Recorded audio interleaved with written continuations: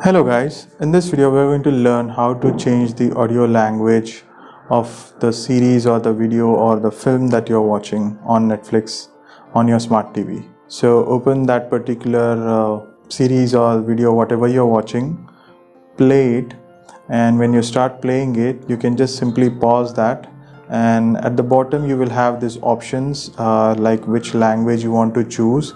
You can just select this others and it will give you the list of all the available audio that you can choose from, and you can also choose the subtitles from here in which it should appear. So say suppose I want to switch it to European Spanish, which is original, then if I play that video, the audio will start playing in the European Spanish or whatever the language that I have selected. I hope this helps. Let me know if you guys have any questions. Cheers, have a great day.